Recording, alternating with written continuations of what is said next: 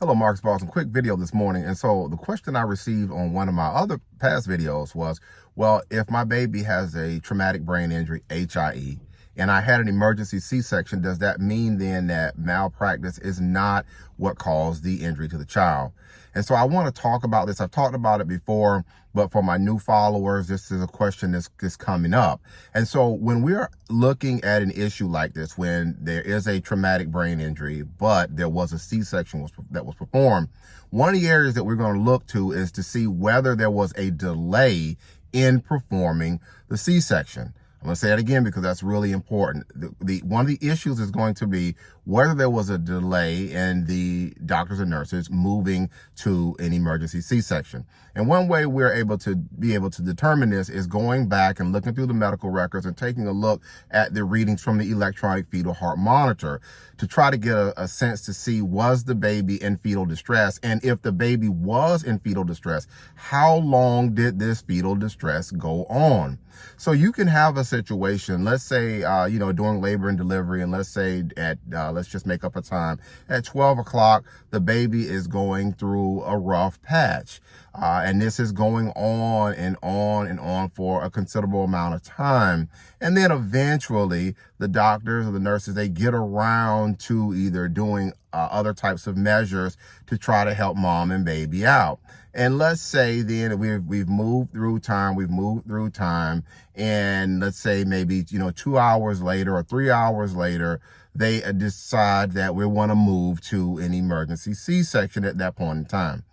And let's say that once everything happens, you have the C-section, baby is out, now baby is suffering seizures, and there's a whole host of other things that are happening. Where we're going to go back and look is we're going to say, okay, during that time where there was fetal distress, what was going on and how long did it take before the doctors and the nurses were able to move to that emergency C-section?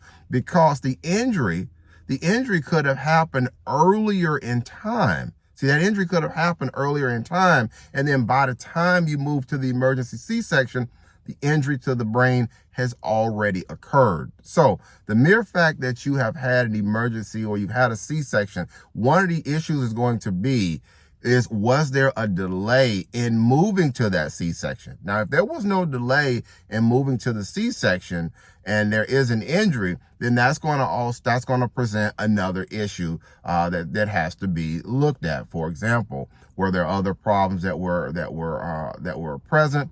Were there developmental issues? Were there genetic issues? Things of that nature. But I want to help you understand that if you had an emergency C-section, that's not the end of the analysis. The analysis has to move to, well, was there a delay in moving to the C-section?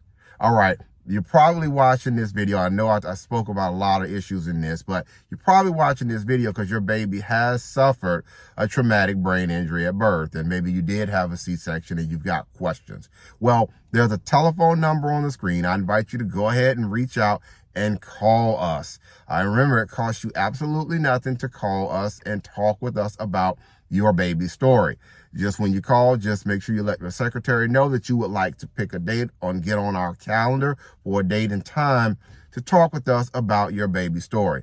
One more thing, I practice law here in the state of Maryland. And if you are watching this video because it's online, it's on social media, and you are not in Maryland and you reach out to us, understand that if this is something that we think we can assist with, we have to use what we call co-counsel or local counsel. In other words, an attorney in your state.